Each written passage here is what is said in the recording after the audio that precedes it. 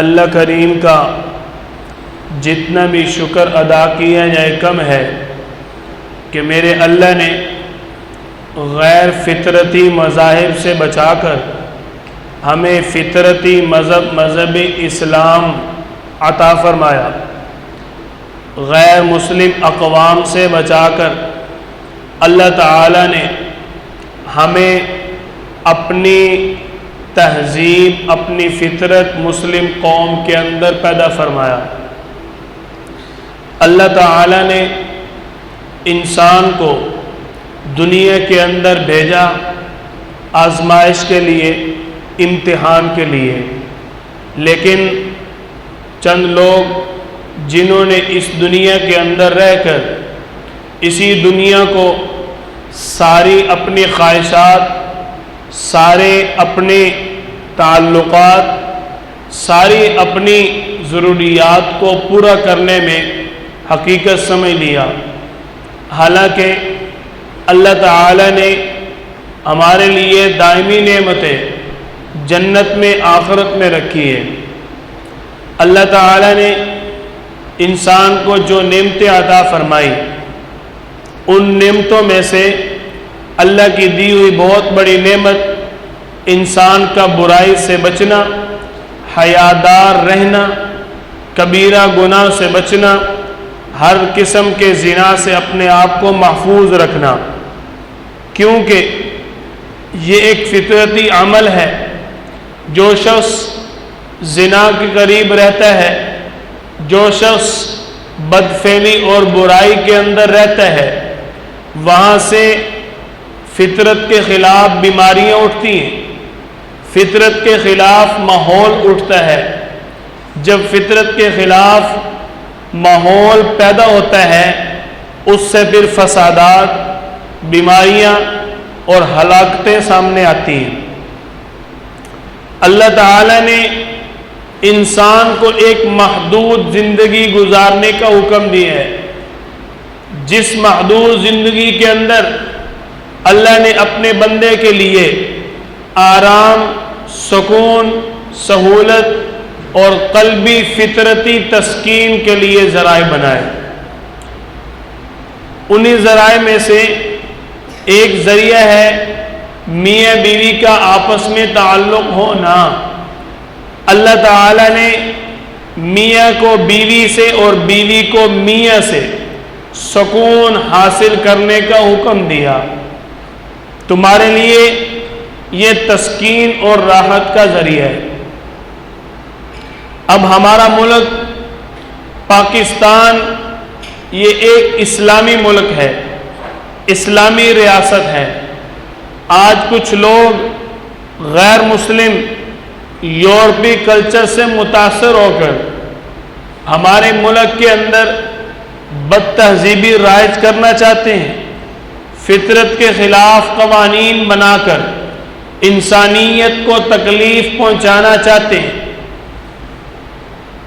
ان قوانین میں سے ایک قانون انہوں نے پیش کیا 2018 میں۔ ہمارے ملک کے اندر ایک قانون پاس کرنے کے لیے قرارداد لائی گئی، قرارداد کے لیے بل پیش کیا گیا۔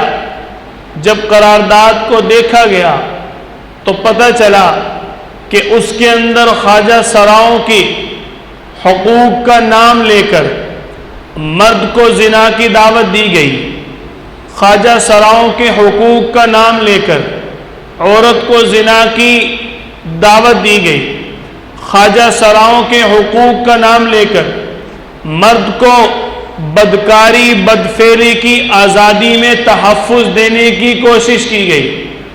خواجہ سراؤں کے حقوق کا نام لے کر اس قانون کے اندر عورت کو بدکاری اور بدفعلی میں آزادی دلوانے کی کوشش کی گئی۔ اللہ تعالی نے انسان کے لیے فطرتی اعتبار سے تعلقات میں سکون رکھا ہے۔ سورۃ الروم میں اللہ تعالی فرماتے ہیں وَمِنْ آيَاتِهِ أَنْ خَلَقَ لَكُم مِّنْ أَنفُسِكُمْ أَزْوَاجًا لِتَسْكُنُوا إِلَيْهَا، کہ اللہ کی نشانیوں میں سے ایک یہ نشانی ہے کہ اس اللہ نے تمہیں جوڑا جوڑا پیدا کیا ہے، میاں بیوی سے اور بیوی میاں سے، خاوند اپنی بیوی سے اور بیوی اپنے شوہر سے سکون حاصل کرتی ہے، اور اس کے ذریعے تم اپنی نسلوں کو بڑھاتے ہو، ایک جذبہ، تعلق، محبت، الفت آپس میں تمہارے بڑھ جاتی ہے۔ وہ کیا ہے؟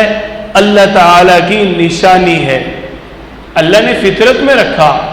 اب جب فطرت کے خلاف کوئی کام ہوگا تو فطرتی عمل کمزور پڑ جائے گا، فطرتی عمل کو ختم کرنے کی کوشش کی جائے گی۔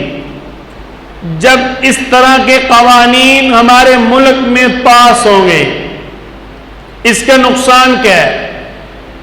یہ جو آج ٹرانسجینڈر کے نام سے ایک بل پیش کیا گیا، قانون غیر شرعی پاس کروانے کی کوشش کی گئی، اس کا نقصان ہمارے ملک میں کیا ہے؟ یورپ اور ملک دشمن عناصر یہ چاہتے ہیں کہ کسی طریقے ہم مسلمان کو نکاح سے دور کر دیں، کسی طریقے ہم مسلمان کو میاں بیوی، خاوند بیوی آپس کی محبت والے تعلقات اور تسکین سے دور کر دیں۔ ان کو دور کرنے کی یہ لالچ کیوں ہے؟ وہ چاہتے ہیں کہ جب اس طرح کے تعلقات ختم ہو جائیں تو پھر خود بخود آٹومیٹک طور پر مسلمانوں کی آبادی کم بڑھ جائے گی۔ جب اس طرح کے قوانین پیش کیے جائیں گے کہ مرد مرد سے اپنی تسکین کر سکتا ہے، مرد مرد سے بدفعلی کر رہا ہے، جب اس طرح کے قوانین پاس کروانے کی کوشش کی جائے گی تو اس سے بل پیش کرنے والے غیر مسلم پاکستان کے دشمنوں کا مقصد کیا ہے؟ ان کا مقصد ہے جب عورت عورت سے، مرد مرد سے اپنی خواہش پوری کرے گا، عورت اور مرد کا تعلق آپس میں کم پڑ جائے گا۔ جب ان کا تعلق آپس میں کم پڑ جائے گا تو ظاہر ہے پھر نکاح بھی کم ہو جائیں گے، رشتے ہونا کم ہو جائیں گے۔ جب رشتے ہونا کم ہو جائیں گے تو پھر آگے نسل بھی بڑھنا کم ہو جائے گی۔ جب آگے مسلمانوں کی نسل نہیں بڑھے گی، 1 صدی، 2 صدی، 50 سال، 100 سال، 200 سال، آئندہ آہستہ آہستہ مسلمانوں کی نسل ختم ہو جائے گی اور پوری دنیا پر انگریز اور یورپ غیر مسلم پاکستان دشمن عناصر قابض ہو جائیں گے۔ کیوں؟ فطرتی عمل یہ ہے مرد عورت سے نفع اٹھائے حلال طریقے سے۔ جب مرد عورت سے حلال طریقے سے نفع اٹھاتا ہے تو اس سے نسل بڑھتی ہے، جب نسل بڑھتی ہے تو پبلک بڑھتی ہے، ریاستی عوام بڑھتی ہے، ریاست کا وجود عوام کی آبادی سے ہوتا ہے۔ جب ایک ملک کے اندر، ایک ریاست کے اندر قوم نہیں ہے، عوام نہیں ہے، پبلک نہیں ہے، آپ اندازہ لگائیں پھر وہ ریاست ریاست نہیں رہے گی، وہ ایک جنگل شمار ہوگا، ویران سنسان علاقہ شمار ہوگا۔ اس لیے اس طرح کے قوانین پیش کیے جا رہے، ہمارے ملک کے اندر یہ قوانین اس لیے لائے جا رہے ہیں کہ مسلمان جب نکاح سے دور ہو جائیں گے ان کی آبادی بڑھے گی نہیں، کیونکہ نکاح کے اندر سنت عمل ہے۔ نکاح کرتے ہوئے نیت ہونی چاہیے کہ میں گناہ بدکاری سے اپنے آپ کو بچاؤں گا۔ دوسری نیت یہ ہونی چاہیے کہ میں مسلم نسل بڑھاؤں گا، اس نیت سے شادی کرنی چاہیے۔ یورپ نے، انگریز نے، اسلام دشمنوں نے یہ آج پہلا قدم نہیں اٹھایا، اس سے پہلے بھی اس طرح کے کئی اقدامات کر چکے ہیں۔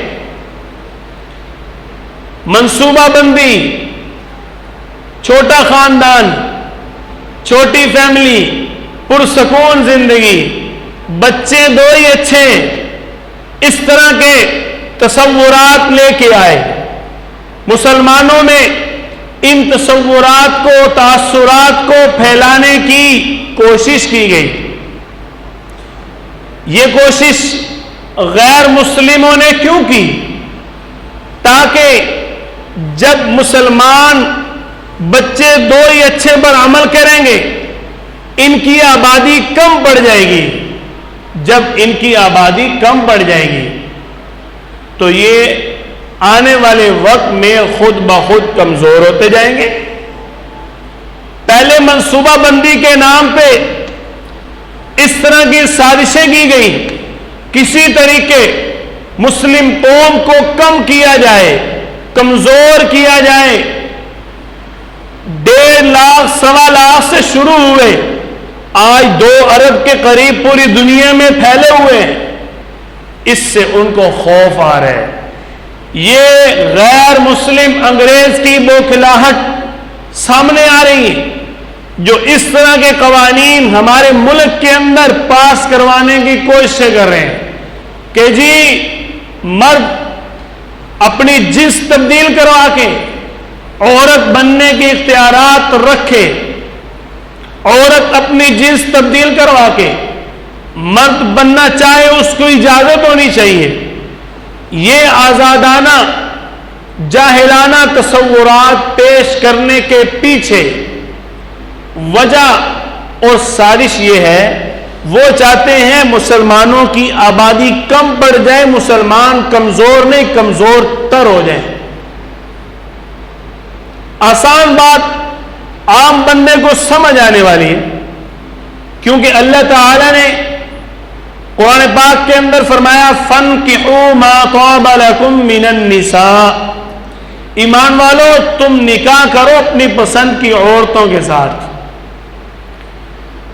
یہ تو اللہ تعالیٰ نے ہمیں اچھے عمل کا حکم دیا، اپنی پسند کی اپنی عورتوں کے ساتھ نکاح کرو، حلال طریقے سے اپنی گھر والیوں کے پاس جاؤ، اپنی گھر والیوں کے پاس نسل بڑھانے کی نیت سے جاؤ تاکہ مسلم قوم بڑھے، مسلمانوں کو طاقت ملے۔ اور یاد رکھیں آپس کے اندر ہم بات ایک کیا کرتے ہیں، وہ بہت بڑا جملہ ہے، بہت بڑا جملہ ہے، یہ پوری انسانیت کے لیے بہت بڑی عزت تھی، لیکن اس عزت کو آج مسلمانوں نے سمیٹ لیا ہے۔ کیا کہتے ہیں؟ بھائی ہم غلط کام نہیں کرتے، ساتھ دلیل کیا دیتے ہیں؟ ہم خاندانی لوگ ہیں۔ کیا کہتے ہیں جی؟ کہتے ہیں نا جی ہم خاندانی لوگ ہیں۔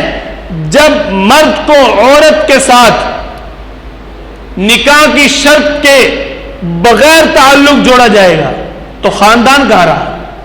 خاندان تو نہیں ہوگا نا۔ پھر جب خاندان نہیں ہوگا تو غیرت کدھر ہے؟ جب خاندانی لوگ نہیں ہیں تو پھر برائی سے بچنا کیسا؟ جب خاندانی لوگ نہیں ہیں تو پھر بے حیائی سے بچنا کیسے ہے؟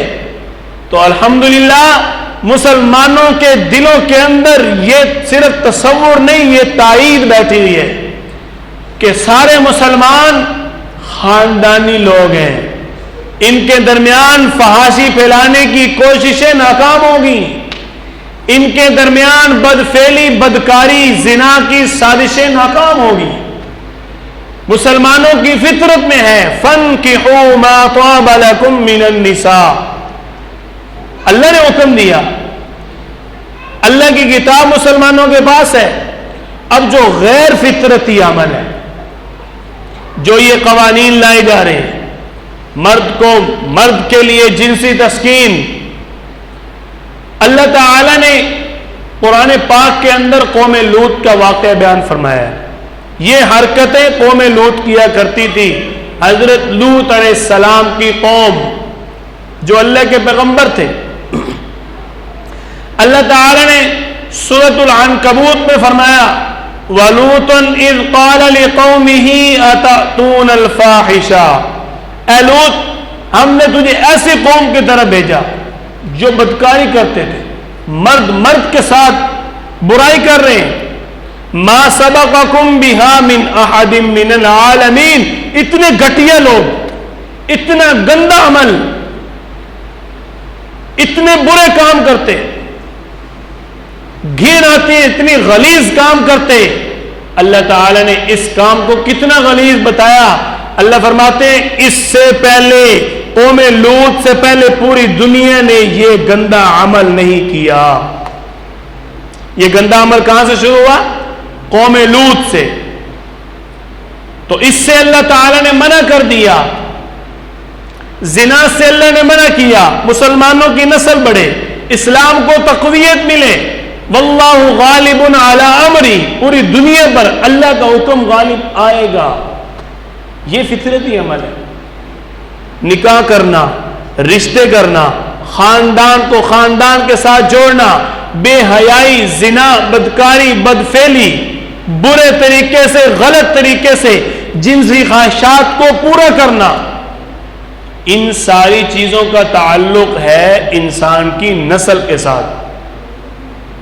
جب میاں بیوی کا آپس میں تعلق جڑتا ہے تو آگے نسل بڑھتی ہے. اللہ تعالیٰ فرماتے ہیں ثم یخرجکم طفلا، ہم تمہیں بچہ پیدا کرتے ہیں. لتبلغوا اشدکم، پھر ہمیں تمہیں تقویت دیتے ہیں. لتکونوا شیوخا، پھر تم جوان ہو جاتے ہو. بچہ بنا کے تمہیں کون پیدا کرتا ہے؟ اللہ. جب مرد سے خواہشات پوری کرے گا تو نسل کہاں بڑھے گی؟ کبھی بھی نہیں. فطرتی عمل ہے. جب مرد اپنی بیوی، اپنی گھر والی کے ساتھ حلال طریقے سے نکاح کر کے آئے گا تو نسل بڑھے گی. فخر سے کہتے ہیں مجھے بیٹا ہوا، فخر سے کہتے ہیں نا. اور اگر زنا یا بدکاری کی ہو تو رسوا ہوتے ہیں، ذلیل ہوتے ہیں اور رو رہے ہوتے ہیں کہ یہ کیا ہو گیا، ابھی ہوا نہیں، ابھی ہوا نہیں. صرف اثرات ظاہر ہوتے ہیں تو دن رات دوڑتے ہیں، ذلیل رسوا ہو کر اس عمل سے اپنا منہ کالا سیاہ کرتے ہیں. فطرت کے خلاف. جب فطرت کے خلاف کام ہوں گے تو پھر اس کے نقصان، اس کے اثرات، منفی اثرات، اور اس کی وجہ سے ملک ڈوب رہا ہے. ملک کیوں ڈوب رہا ہے؟ حالانکہ دیکھا جائے جو ممالک ہم سے بعد میں آزاد ہوئے وہ ہم سے آگے ہیں معیشت میں. مہنگائی اتنی وہاں نہیں ہے جتنی اس ملک میں ہے. جو حالات یہاں ہیں وہ بیرون ملک میں نہیں ہے. کیوں؟ کیونکہ وہاں پر مسلم ممالک میں یہ فحاشی نہیں ہے، یہ عریانی نہیں ہے. آپ صلی اللہ علیہ وسلم نے فرمایا مجھے اپنی امت کے بارے میں سب سے زیادہ اس بات کا خوف ہے کہ میری امت کہیں قوم لوط والے عمل میں مبتلا نہ ہو جائے. مسلمانوں، اپنے نبی کے خوف کو سمجھو. جو آپ صلی اللہ علیہ وسلم نے دعوت دی ہے اس دعوت کو سمجھو. اگر اسلام خلاف قوانین لاؤ گے تو فیصلہ تو اللہ کا چلنا ہے اور بادشاہی تو اللہ کی ہے. تم جتنے مرضی بل پیش کرو، جتنے مرضی قوانین پاس کرو، یہ چھوٹی چھوٹی بادشاہیاں سارے جہانوں کے بادشاہ کے آگے کیا حیثیت رکھتی ہیں؟ تم جتنے مرضی قانون لاؤ، فیصلہ اللہ کا چلنا ہے. تم سوچ رہے ہو کہ تم بل پاس کرو گے تو یہ سب کچھ شروع ہو جائے گا، اللہ کا عذاب آئے گا. اللہ تعالیٰ فرماتے ہیں فَلَمَّا جَاءَ أَمْرُنَا جَعَلْنَا عَالِيَهَا سَافِلَهَا وَأَمْطَرْنَا عَلَيْهَا حِجَارَةً مِّن سِجِّيلٍ. اللہ تعالیٰ نے قوم لوط پر عذاب بھیجا. کتنے عذاب بھیجے؟ اللہ نے ان پر پانی کا عذاب بھیجا. ان کے گھروں کو ہوا میں اللہ نے اٹھا لیا. کس طرح اٹھایا؟ ان کے گدھے اور جانور آوازیں لگا رہے تھے کہ یہ ہمارے گھر کہاں جا رہے ہیں۔ اللہ تعالیٰ نے ان پر پتھر برسائے، سب سے زیادہ ایک ساتھ عذاب اللہ نے قوم لوط پر بھیجے۔ یہ کتنا گندا اور گھٹیا عمل ہے، اللہ کے عذاب کو دعوت دے رہے ہیں۔ اللہ فرماتے ہیں وَكَذَلِكَ أَخْذُ رَبِّكَ إِذَا أَخَذَ الْقُرَىٰ وَهِيَ ظَالِمَةٌ، ہم تو پوری کی پوری بستیاں الٹ کے رکھ دیتے ہیں جو ظلم کرنے والے، تیرے اللہ کو کوئی پرواہ نہیں۔ إِنَّ أَخْذَهُ عَلِيمٌ شَدِيدٌ، تیرے اللہ کی پکڑ دردناک بھی ہے، سخت بھی ہے۔ اللہ کا مقابلہ کون کر سکتا ہے؟ اللہ تعالی ہم سب کو ہمیشہ فحاشی، بدفعلی، زنا، ہر قسم کی برائی سے بچ کر نیک اعمال کی توفیق عطا فرمائے۔